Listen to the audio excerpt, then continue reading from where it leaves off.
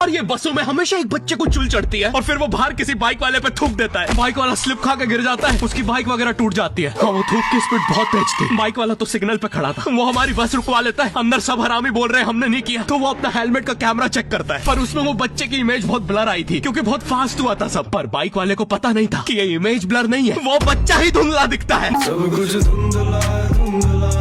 और ये YouTube के मोटो ब्लॉगर्स तो इतने ड्रामेटिक होते हैं, पूरे समय हेलमेट का कैमरा ऑन। तुम इनसे नॉर्मल भी बात करोगे तो इनके हेलमेट के कैमरे में क्या रे बच्चे को मारेगा, 10 को ले आ, नहीं मार पाए। रियली सॉरी भाई साहब, आगे से लूंगी और पीछे से भी लूंगी। हमें विंटर हॉलीडेज मिलते थे सोने के लिए, लेकिन हम उन दिनों स्कूल के टाइम से भी पहले उठ रहे हैं। तो फिर हमारे ग्रुप के विराट कोहली ने बोला, क्या हुआ?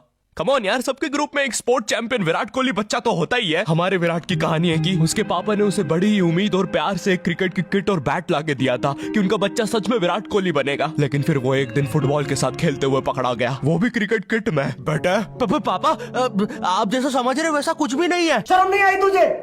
तो हमारे विराट कोहली ने प्लान बनाया कि हम लोग सुबह 6 बजे उठ के फुटबॉल खेलने जाएंगे गवर्नमेंट स्कूल के ग्राउंड पे। वो गवर्नमेंट स्कूल का ग्राउंड ना पब्लिक ग्राउंड था। तो अब तुम सोच रहे होंगे कि वहाँ पे लोग आते होंगे, खेलते होंगे, बढ़िया माहौल रहता होगा। नहीं, नशेड़ियों के कब्जे में था वो ग्राउंड। दारू पी के कांच बिछा के रखते थे वो लोग वहाँ पे, कोई नहीं जा पाता था उधर। नशेड़ी खुद कांच बिछा के फंस जाते थे उधर। 2 गिनीज वर्ल्ड रिकॉर्ड होल्डर है ये लोग कांच बिछाने में। फिर गवर्नमेंट को उन नशेड़ियों से डील करनी पड़ी, तो गवर्नमेंट ने उन्हें स्कूल दे दिया, ग्राउंड रख लिया। तो अब स्कूल के अंदर कांच बिछे हुए होते हैं। भाई यहाँ पे क्या हो रहा भाई, ये कहाँ फंस गया भाई मैं।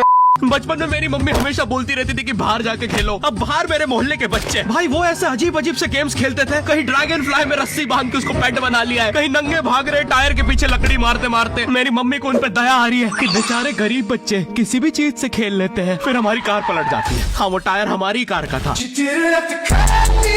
और मुझे एक बात बताओ, चक्के से खेलने पे वो गरीब कैसे कंसिडर हो रहे हैं? क्या पता उनने कार खरीद के चक्का निकाला हो, क्या पता लैम्बोर्गिनी के चक्के से खेल रहे हो। नहीं, तुम्हें कैसे पता चल रहा है वो गरीब है या अमीर? और एक चक्के से इतनी सारी एक्टिविटी करेंगे ये लोग। कभी चक्के में रस्सी बांध के झूला बना दिया, कभी झूले से फिका के खुद को लूला बना दिया, कभी लूले पे झूला बांधकर हुला हू बना दिया। ये इतने हरामी बच्चे थे, इनके साथ कोई भी घर नहीं खेलता था क्योंकि घर ये जुए में लगा के हार जाते हैं। मेहनत का ही खेला हमने सट्टा जमकर। देखो, हम सबके बचपन में एक ऐसा दोस्त तो होता ही है जिसे देखकर हमेशा ऐसा लगता था कि ये सीमेंट के बोरे से उठ के आया है। पूरे समय उसके बालों से सरसों के तेल के हग्गापे की बदबू आती रहती थी। हाँ, यही दोनों थे मोनू और बाबू। ये दोनों बनते थे हमारे बेबलेट के बीस्ट। वैसे कायदे से तो इन दोनों को किसी तेलुगु पिक्चर में तेल और गू नाम के दैत्य या तो असुर बनना चाहिए था। तुम्हें पता है ना ये कितना जरूरी सामान है? वो देखो चिड़िया किधर है? अरे किधर है चिड़िया? है साला हमको झूठ बोला। तुम क्या देख रहे थे बे मोटे? आपको तो पता ही है सर, बाबू ऐसा ही है। तुम मेरी बीवी के साथ क्या कर रहे हो? वाह शैम्पी वाह। अरे मेरी बीवी! तुम्हें तो पता ही है दोस्त, बाबू ऐसा। कौन है तू? अब तू कौन है? मैं तुम्हारी पत्नी का तीसरा बॉयफ्रेंड, अपनी बारी का इंतजार कर रहा था। और बस मैं ही नहीं, हम सब अपनी बारी का इंतजार कर रहे थे। चलो, वो जा चुकी है। भाई मुझे तो पता ही था, इससे तो पोस्टर से चला जाता। तो फर्स्ट से लेकर 9th क्लास तक मेरी लाइफ बहुत अलग थी। किसी को ज्यादा फर्क नहीं पड़ता था मुझसे। मानो क्लासरूम का डस्टबिन हूँ मैं, कोई मुंह ही नहीं लगाता था।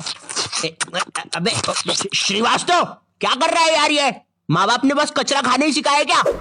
भाई मुझे माफ कर दो भाई, मेरे मुंह से निकल गई गलती से। आज के बाद कभी किसी को नहीं बोलूंगा भाई। जिंदगी बहुत मस्त चल रही होती है, लेकिन फिर 10th क्लास आ जाती है। 10वीं कक्षा, नो दोस्ती यारी, ओनली पढ़ाई। 10th क्लास के टाइम पर तुम्हारे मम्मी पापा को भी एकदम से याद आता है। 10th क्लास में ना तुम्हारे मम्मी पापा तुम्हारे पास आते हैं, इधर तुम तुम्हारे रूम में अजीब से काम कर रहे होते हो। ओहो हो साइंटिस्ट। हाँ